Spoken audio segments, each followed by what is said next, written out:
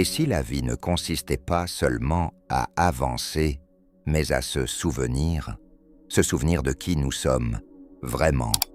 Trop souvent, on court, on s'agite, on survit. Mais un jour, sans prévenir, quelque chose en nous murmure « Réveille-toi ». Aujourd'hui, je veux t'emmener dans une réflexion profonde, inspirée d'une conversation entre deux êtres passionnés par la médecine, la vie et l'âme humaine. Ce n'est pas un simple échange, c'est une porte ouverte vers une autre réalité, une réalité plus vaste, plus lumineuse, une invitation à rentrer chez soi. Le mot « réveil » est souvent associé au matin, à ce moment où nos yeux s'ouvrent sur le monde après le sommeil. Mais ici, il ne s'agit pas de ce réveil quotidien, automatique. Il s'agit d'un réveil bien plus profond, plus intime, plus radical. Un réveil de l'âme. Un moment où l'on réalise, parfois brusquement, que l'on a vécu comme endormi, anesthésié, déconnecté de soi-même. Ce réveil-là ne commence pas avec un bruit extérieur, mais avec un silence intérieur. Ce n'est pas le réveil d'un corps fatigué, mais celui d'un cœur endormi. C'est quand tu te regardes dans le miroir un matin et que tu ne te reconnais plus vraiment. Quand tu as tout ce qu'il faut, mais que tu sens que quelque chose manque. Tu es là, mais tu ne te sens pas pleinement vivant. Et ce vide intérieur, que tu as longtemps essayé de remplir avec des distractions, du travail, des relations, ou même des réussites, finit par t'appeler à autre chose. Le réveil, c'est ce moment sacré où tu ne peux plus faire semblant, où tu cesses de chercher à l'extérieur ce qui, en vérité, ne peut se trouver qu'à l'intérieur. C'est une cassure dans l'illusion, une faille dans le décor que tu avais construit. Et à travers cette faille, une lumière passe. Le réveil, ce n'est pas une destination, c'est le début d'un voyage. Un voyage vers la vérité, vers toi-même. Cela peut être brutal, déroutant, car il faut du courage pour reconnaître qu'on s'était perdu. Mais c'est aussi le moment le plus précieux de ta vie. Parce qu'à partir de là, chaque pas devient conscient. Chaque geste porte un sens nouveau. Tu ne vis plus en mode automatique. Tu vis en présence. Tu vis avec une nouvelle soif de profondeur. Et tu sais que rien ne sera plus comme avant. Le réveil n'est pas toujours spectaculaire. Parfois, il commence par une larme, par une respiration plus lente, par une intuition. Mais ce petit frémissement peut tout changer. Il te dit, tu es plus que ce que tu crois. Tu n'es pas ton passé. Tu n'es pas ta douleur. Tu es bien plus vaste. Et tu es prêt à te souvenir. Pourquoi est-ce si difficile d'ouvrir les yeux de l'âme? Pourquoi, même lorsqu'on sent qu'il y a autre chose, on continue à fuir cette vérité intérieure?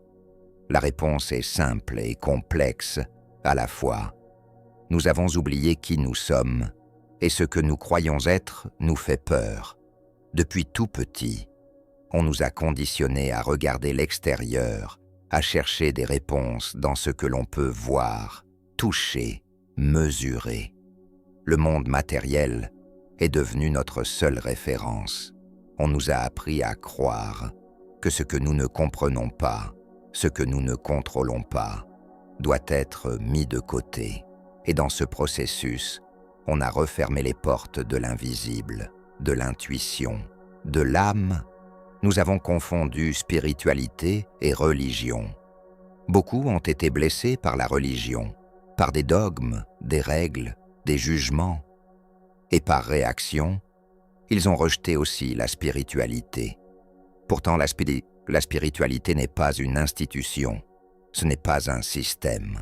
C'est une relation intime, directe, entre toi et le mystère de la vie. C'est un espace sacré en toi, que personne ne peut définir à ta place, Revenir à cette dimension nous oblige à faire face à une peur primitive, celle de ne pas être digne, celle de ne pas mériter l'amour, celle de découvrir en nous quelque chose de mauvais, de sombre. Car au fond, beaucoup d'entre nous portent inconsciemment la croyance qu'ils sont défectueux, que quelque chose en eux ne va pas. Et c'est cette croyance qui rend le regard intérieur si douloureux. On préfère rester dans l'agitation extérieure plutôt que d'entrer dans un espace où l'on risque de rencontrer sa propre ombre. Mais ce que l'on oublie, c'est que cette ombre n'est qu'un voile, un nuage passager devant un ciel bleu permanent. Ce que tu es ne peut pas être détruit. Ce que tu es lumière, même si la lumière est recouverte par des couches de peur, de honte ou de douleur. Le réveil spirituel, c'est justement oser traverser ces couches, oser affronter la nuit pour retrouver le jour. Ce n'est pas un chemin facile, mais c'est un chemin libérateur. Et surtout, ce n'est pas un chemin solitaire. Des milliers d'êtres humains, depuis des siècles, ont traversé cette même nuit. Mystiques, philosophes, artistes, chercheurs, tous ont entendu cet appel et ils l'ont suivi. Le réveil n'est pas réservé à une élite. Il est là, disponible, pour chacun. Il commence quand tu te poses une vraie question, quand tu ressens que ton cœur en a assez de faire semblant, quand tu ne veux plus seulement vivre, mais être vivant. Et si tu es arrivé jusqu'ici, ce n'est pas un hasard. C'est peut-être que toi aussi, tu es prêt à ouvrir les yeux de l'âme. Lorsque l'on parle d'éveil, on pense souvent à des dimensions subtiles, invisibles, spirituelles. Pourtant, le corps joue un rôle fondamental dans ce processus. Trop longtemps, on a opposé le corps et l'esprit, comme s'ils étaient deux réalités séparées. On a même parfois considéré le corps comme un obstacle, une prison pour l'âme. Mais c'est une erreur. Le corps est bien plus qu'un véhicule. C'est un messager, un miroir, un temple. Il est le premier lieu où s'impriment nos émotions, nos expériences, nos blessures. Il garde tout. Il se souvient de chaque choc, de chaque silence, de chaque mot non exprimé. Quand tu ressens une angoisse sans raison, quand tu as une boule dans le ventre ou une tension dans les épaules, c'est ton corps qui parle. Et il ne ment jamais. Candace Pert, grande neuroscientifique américaine, disait que le corps est l'inconscient, ce que nous ne voulons pas voir avec notre esprit. Le corps le manifeste avec ses douleurs, ses blocages, ses maladies. C'est pourquoi le chemin vers l'éveil commence souvent par une reconnexion au corps. Il ne s'agit pas seulement de le soigner, mais de l'écouter, de l'aimer, de l'habiter. Un corps tendu, crispé, fermé, ne peut pas accueillir la lumière, mais un corps détendu, relâché, en confiance, devient un canal extraordinaire pour l'énergie vitale. C'est par le corps que nous revenons au présent, car le corps ne vit que dans l'instant. Il ne connaît ni passé ni futur. Il respire maintenant. Il ressent maintenant. Il est ici. Et c'est justement ici, dans cet instant présent, que l'éveil devient possible. En prenant soin de ton corps, en te reposant, en mangeant avec conscience, en respirant pleinement, en bougeant avec respect, tu ouvres une porte vers ton esprit, une porte vers ton cœur. Il ne s'agit pas de perfection, il s'agit d'attention, de douceur, de présence. Le corps ne demande pas qu'on le maîtrise, il demande qu'on l'honore. Lorsque tu fais la paix avec ton corps, tu prépares le terrain pour que l'âme puisse s'exprimer. Et tu verras que chaque tension relâchée, chaque douleur écoutée, chaque mouvement fait avec amour est une prière silencieuse, un pas vers le réveil. Nous avons un esprit merveilleux, capable de créer, d'imaginer, de raisonner. mais aussi capable de se perdre. Car notre mental, s'il n'est pas observé, devient un maître exigeant au lieu d'un serviteur utile. Et il a une habitude tenace, il erre, il vagabonde entre le passé et le futur. Il revient sans cesse sur ce qui a été dit, ce que nous avons fait ou pas fait, ce que nous aurions dû faire autrement. Il s'attarde sur les regrets, les fautes, les blessures, puis il saute vers demain. Il fabrique des scénarios, des peurs, des anticipations. Il prévoit les pires situations. Il imagine le pire des résultats. Et pendant ce temps, nous ne sommes pas là, pas vraiment. Nous ne vivons pas ce qui est, mais ce que notre tête reconstruit ou projette. Et pourtant, tout ce qui est réel ne se trouve que dans un seul endroit, le présent. Le passé est une mémoire, le futur une hypothèse, mais le présent est la vie elle-même. Ce moment que tu respires maintenant, cet instant que tu vis, est le seul lieu où tu peux toucher la paix, où tu peux vraiment te rencontrer. Alors pourquoi est-ce si difficile de rester dans l'instant?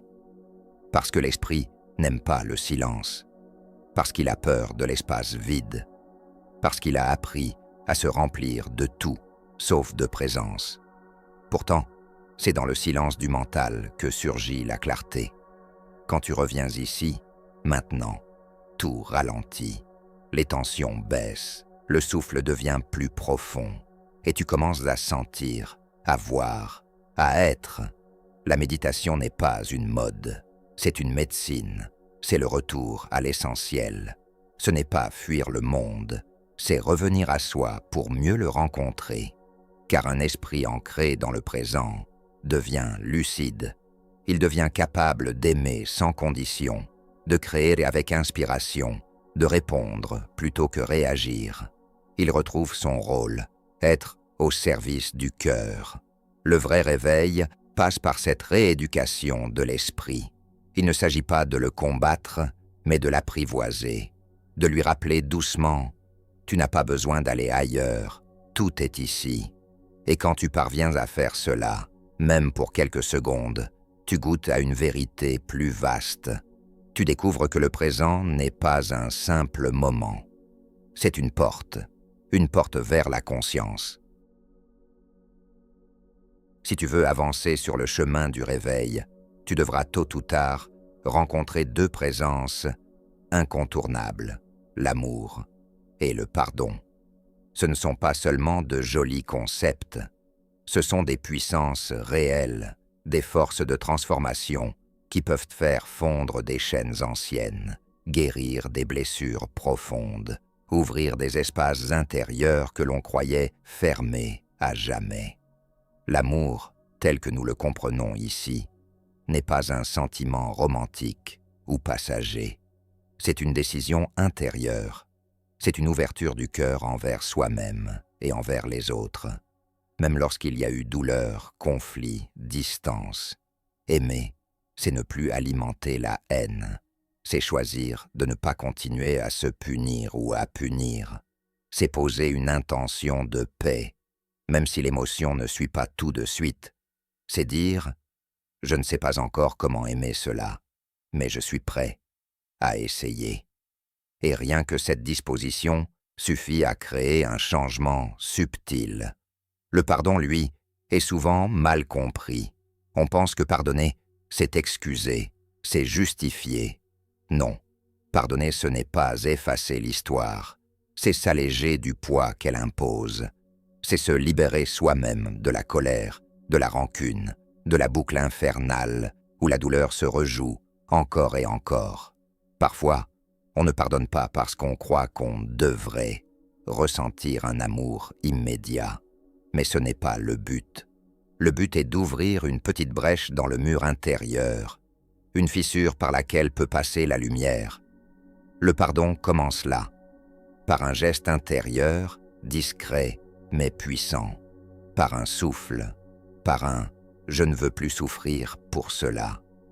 Quand tu commences à aimer ce qui était blessé en toi, à pardonner ce que tu pensais impardonnable. Tu changes de fréquence. Tu passes d'un état de survie à un état de création. Tu deviens un espace où la vie peut circuler librement, car la vérité est simple.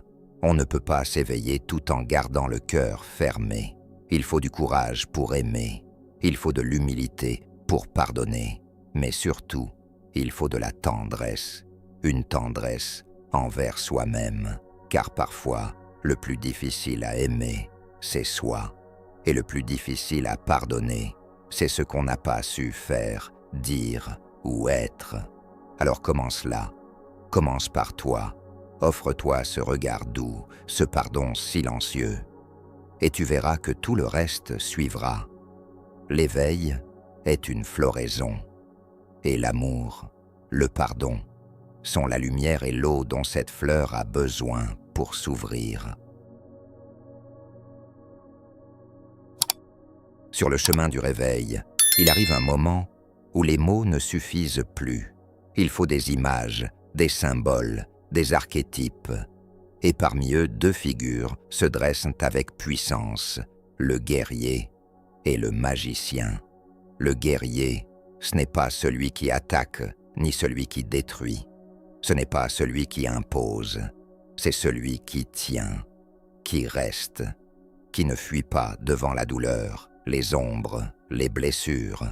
Le guerrier est cette part de toi qui décide de ne plus fuir, qui regarde en face ce qui fait peur, qui ose traverser la nuit sans se perdre dans ses monstres. Il n'est pas violent, il est ferme, il ne nie pas la peur. Il choisit de rester debout malgré elle. C'est lui qui affronte les dragons intérieurs, ses pensées, ses émotions, ses souvenirs qui te figent, tout assaillent. Et il ne les combat pas pour les détruire, mais pour les comprendre, pour aller au-delà. Car parfois, ce que nous appelons monstres ne sont que des parties blessées qui réclament d'être vues. Et c'est là qu'intervient le magicien. Le magicien n'entre jamais le premier. Il n'apparaît que lorsque le guerrier a fait son œuvre, celle de rester, de ne pas fuir. Le magicien, lui, représente l'amour, la guérison, la transformation. Il ne combat pas, il transmute. Il prend ce qui était obscur et en fait lumière. Il prend la douleur et en fait sagesse. Il prend le chaos intérieur et y insuffle une harmonie profonde. Ce sont deux énergies complémentaires. Le guerrier incarne la force du cœur, le courage de voir. Le magicien incarne la douceur de l'âme, le pouvoir de guérir. Ensemble, ils ouvrent les portes d'une transformation authentique. Le guerrier affronte l'ombre. Le magicien embrasse l'enfant blessé qui s'y cachait. Et c'est seulement quand cet enfant est accueilli, aimé, reconnu, que l'éveil devient véritable. Car cet enfant, c'est toi. C'est ta mémoire la plus ancienne. Celle de l'amour que tu n'as pas reçu. Celle de l'abandon, du rejet, de l'injustice. Et seul le magicien peut lui tendre les bras sans condition. Le guerrier le libère. Le magicien le guérit. Voilà le cœur du voyage intérieur. Un acte de bravoure, suivi d'un acte d'amour. Tu portes en toi ces deux forces. Elles ne demandent qu'à être réveillées. À un moment donné, au cœur du voyage intérieur, tu vas rencontrer une figure centrale, silencieuse, mais bouleversante, ton enfant intérieur. Cet enfant ne vit pas dans ton passé, il vit en toi, ici et maintenant. Il est cette part sensible, fragile, spontanée, blessée parfois, que tu as enfouie pour pouvoir survivre. Lorsque tu étais petit, tu as peut-être vécu le rejet, l'humiliation, le silence, la peur, ou même simplement l'indifférence. Des choses qui, à l'âge adulte, paraissent petites, mais qui, dans l'univers d'un enfant, sont des tremblements de terre. Pour continuer à vivre, cet enfant a appris à se taire, à se protéger, à se faire petit, à être sage, à ne pas déranger. Et cette adaptation a fonctionné. Mais le prix à payer a été lourd, tu t'es coupé de ta joie authentique, de ta spontanéité, de ton pouvoir de ressentir pleinement. Et un jour, dans ton corps ou dans ton cœur, quelque chose commence à s'effondrer. Ce n'est pas une faiblesse, c'est un appel, l'appel de ton enfant intérieur. Il ne crie pas, il attend que tu le reconnaisses, que tu lui dises « Je te vois, je t'ai oublié, mais je suis là maintenant ». Accueillir cet enfant, ce n'est pas retourner dans le passé pour ressasser, c'est revenir à la partie de toi qui a besoin d'amour aujourd'hui. C'est poser sur elle un regard tendre, sans jugement, sans exigence. C'est la serrer dans tes bras, intérieurement, comme tu aurais aimé qu'on le fasse autrefois. Et à ce moment-là, quelque chose se libère, parce que ce que cet enfant attend, ce n'est pas une explication, ce n'est pas une solution, c'est une présence aimante, une sécurité émotionnelle. Il veut savoir qu'il n'est plus seul, et que ses larmes, sa peur, sa colère ne seront pas rejetées. Quand tu fais cela, tu guéris les fondations invisibles de ta vie. Tu ne changes pas le passé, mais tu changes la relation que tu as avec lui. Et en changeant cette relation, tu retrouves une force immense, la capacité de t'aimer. L'enfant intérieur est la clé. Il est le gardien du temple. Il est celui qui détient ta joie pure, ta créativité, ta vérité. Et pour que ton âme s'épanouisse, tu dois aller le chercher, le prendre par la main et lui dire doucement, avec tout ton cœur, « Tu peux venir, c'est sûr maintenant. Tu peux exister tel que tu es. » C'est l'acte de guérison le plus puissant et c'est souvent celui que l'on oublie. N'oublie pas ton enfant, il est toujours là et il t'attend. L'un des plus grands secrets du chemin spirituel, c'est que ce que nous appelons peur n'est pas notre ennemi. C'est une matière brute, une énergie primitive, puissante, mais mal dirigée. Et lorsque cette énergie est accueillie avec conscience, elle peut se transformer. C'est là que commence l'alchimie spirituelle. L'alchimie, dans son essence, est l'art de transmuter, de prendre quelque chose de lourd, de dense, de douloureux, et d'en extraire une sagesse, une lumière, une force. Les anciens alchimistes voulaient transformer le plomb en or, mais le véritable or n'était pas extérieur, il était intérieur. C'était l'or de l'âme éveillée. Le plomb, c'est la peur, le doute, la colère, la honte. Ce sont toutes ces émotions que nous avons appris à fuir, à cacher, à combattre. Mais plus nous les rejetons, plus elles s'enracinent. L'alchimie commence le jour où nous décidons de les regarder autrement, où nous disons « Et si cette peur avait quelque chose à me dire ? Et si, au lieu d'être un mur, elle était une porte, une invitation ? Car la peur, aussi intense soit-elle, n'est pas plus grande que l'amour. Elle est une déconnexion temporaire. Elle est le signal qu'il y a quelque chose en nous qui demande à être aimé, reconnu, intégré. L'alchimie ne consiste pas à forcer le changement. Elle consiste à créer l'espace intérieur pour qu'il se fasse. Tu ne peux pas transformer la peur par la lutte, mais tu peux la transformer par la présence, par l'accueil, par la tendresse. Lorsque tu oses t'asseoir avec ta peur, sans la juger, sans vouloir l'effacer, quelque chose se détend. Tu crées un espace de sécurité. Et dans cet espace, l'amour peut entrer, lentement, doucement. Et alors, ce qui semblait te contrôler commence à se dissoudre. La peur se transforme en compréhension. La colère devient discernement. La tristesse devient profondeur. Le rejet devient sagesse. C'est cela, l'alchimie. Une danse entre l'ombre et la lumière. Une union entre les opposés. Et ce qui en ressort est toujours nouveau, toujours plus vaste. Tu n'as pas besoin d'être parfait pour vivre cette transformation. Tu as juste besoin d'être vrai, d'avoir le courage d'être là, avec ce qui est, et de permettre à l'amour de faire ce qu'il sait faire le mieux. Guérir. Tu es l'alchimiste. Ton cœur est le creuset. Et chaque peur est une opportunité de révéler l'or que tu portes déjà en toi. Parfois, une simple étreinte peut tout changer. Un geste aussi simple, aussi humain, que prendre quelqu'un dans ses bras.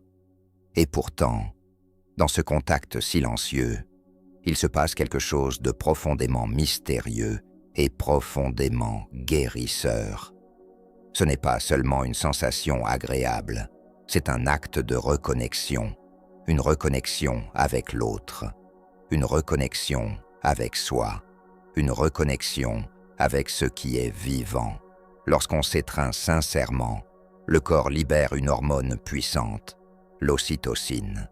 L'ocytocine n'est pas une simple molécule, elle est un message. Elle dit au système nerveux « Tu peux te détendre, tu es en sécurité ».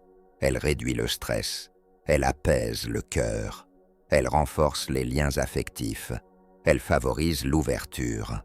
Dans un monde où l'on se touche de moins en moins, où l'on vit à distance, où les connexions sont souvent virtuelles, une vraie étreinte devient un acte sacré. Elle dit sans mots « Je te vois, je suis là ».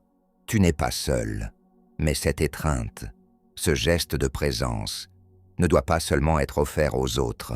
Il peut, et il doit, aussi être dirigé vers nous-mêmes, s'étreindre soi-même, se poser une main sur le cœur, respirer profondément, offrir à son propre corps cette chaleur, ce soutien, cette présence.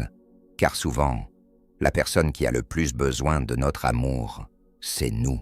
Nous portons en nous des tensions anciennes, des peurs non exprimées, des colères refoulées, et toutes ces émotions sont stockées dans le corps.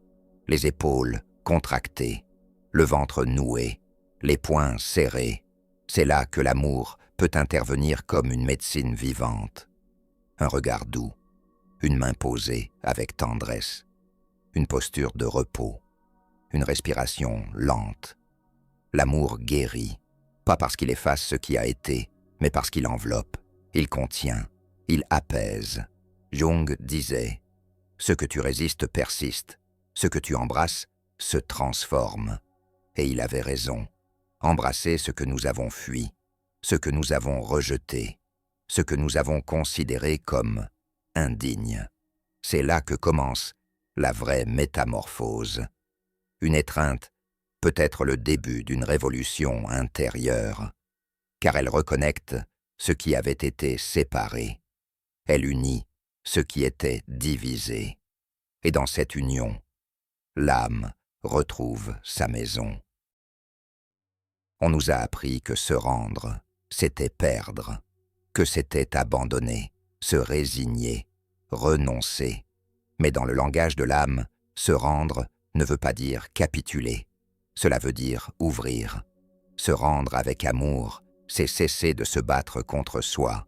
C'est déposer les armes intérieures, celles de la dureté, de la honte, de l'exigence. C'est accepter ce qui est, sans le juger, sans le fuir. C'est dire « Je ne comprends pas tout, mais j'accueille ». Parce qu'à force de vouloir tout contrôler, tout réparer, tout expliquer, on s'épuise et on se coupe de la grâce. Se rendre, c'est créer l'espace pour que la vie puisse nous traverser. C'est reconnaître que nous ne savons pas tout, que nous n'avons pas à porter tout seul le poids du monde. C'est une forme d'humilité sacrée. C'est le moment où tu poses le fardeau, où tu relâches la tension, où tu laisses la rivière couler au lieu de vouloir l'arrêter. Et paradoxalement, c'est là que les choses changent. Parce que dans cet espace vide que tu crées en toi, la lumière peut entrer, la sagesse peut se déposer, l'inspiration peut renaître.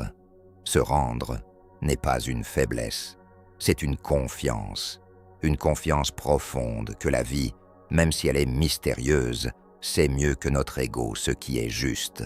Se rendre, ce n'est pas dire oui à tout. Ce n'est pas renoncer à ses limites. C'est dire oui à la réalité du moment. Oui à ce que je ressens. Oui à mon humanité. Et dans ce oui, je découvre un passage. Car ce que je résistais me gardait enfermé. Mais ce que j'accepte se transforme. Ce que j'embrasse guérit. L'éveil spirituel n'est pas une accumulation de réponses. C'est une ouverture à l'inconnu. Un lâcher-prise de tout ce qu'on croyait être pour enfin rencontrer ce que nous sommes vraiment.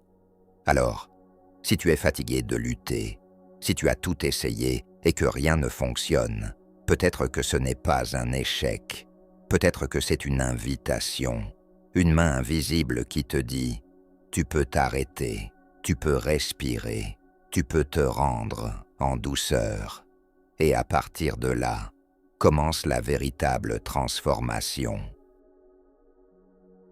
Et si, au lieu de chercher à devenir quelqu'un d'autre, tu commençais simplement à te souvenir de qui tu es, sous les masques, les peurs, les exigences, te souvenir que tu es plus qu'un corps, plus qu'un rôle, plus qu'un passé. Tu es une présence, une conscience vivante. Tu es cette lumière silencieuse qui a toujours été là, même quand tu doutais, même quand tu tombais, même quand tu ne voyais plus la route. Le chemin du réveil n'est pas un parcours linéaire, c'est une spirale. On avance, on recule, on doute, on éclaire, on oublie, et puis on se souvient à nouveau.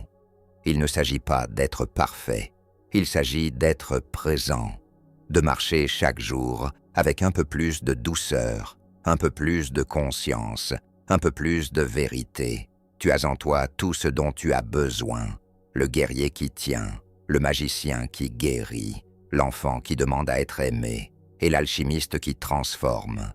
Tu n'es pas en train de te perdre, tu es en train de rentrer chez toi. Alors respire, ralentis, ferme les yeux et écoute. Écoute cette voix tranquille, en toi qui ne t'a jamais quitté, celle qui sait, celle qui n'a jamais douté, celle qui t'attendait. Il n'est jamais trop tard pour se réveiller, il n'est jamais trop tard pour se souvenir, car ton âme, elle, n'a rien oublié, elle attend. Et aujourd'hui peut être le jour où tu dis enfin « Je suis prêt », prêt à vivre avec tout ce que je suis, prêt à aimer, à guérir, à me rencontrer, prêt à m'éveiller. Car oui, le réveil commence maintenant.